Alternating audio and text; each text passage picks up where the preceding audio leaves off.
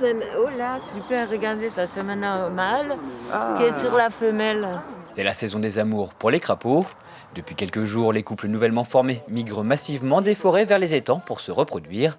Une histoire d'amour qui finit mal, en général, quand comme ici, à Meyenheim, leur trajet leur fait croiser celui des automobilistes. Pour éviter que les petites bêtes ne finissent sous les roues des voitures, une vingtaine de bénévoles, aidés par la Brigade Verte, se mobilisent tous les jours pendant 2 mois. Vous avez un grillage, les crapauds longent le grillage et tombent dans un seau. Et je regarde si dans les seaux il y a des crapauds. Voilà, je les fais traverser la route pour pas qu'ils se fassent écraser. Un petit peu, ça va. Ouais. Crapauds communs, crapauds calamites, grenouilles vertes ou encore grenouilles rousses, l'Alsace compte de nombreuses espèces de batraciens. Plusieurs d'entre elles sont menacées. À Meyenheim, la population d'amphibiens s'est effondrée ces 20 dernières années. En 1999, on est arrivé jusqu'à 30 000 crapauds. Malheureusement, l'année d'après, il restait 7 000 et on ne sait pas pourquoi. On n'a pas de réponse, je dirais, scientifique. Voilà.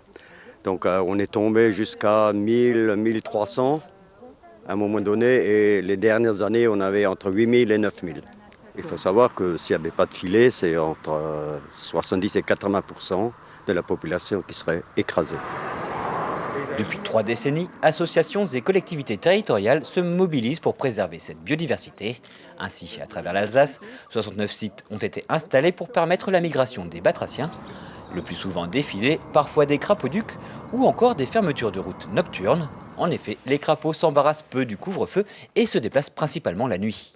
On améliore tous les ans un petit peu plus les dispositifs. Vous voyez, comme ici, on est dans un secteur là où on a mis finalement les filets.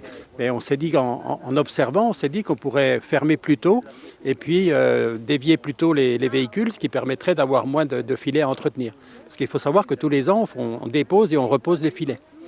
Et c'est les services des routes qui le font. Les batraciens collectés au bord de la route sont ensuite relâchés à proximité, au bord d'un étang, où ils vont pouvoir convoler en toute tranquillité. Ce matin, 39 crapauds ont été récupérés. Rien n'indique qu'un prince charmant se trouvait parmi eux.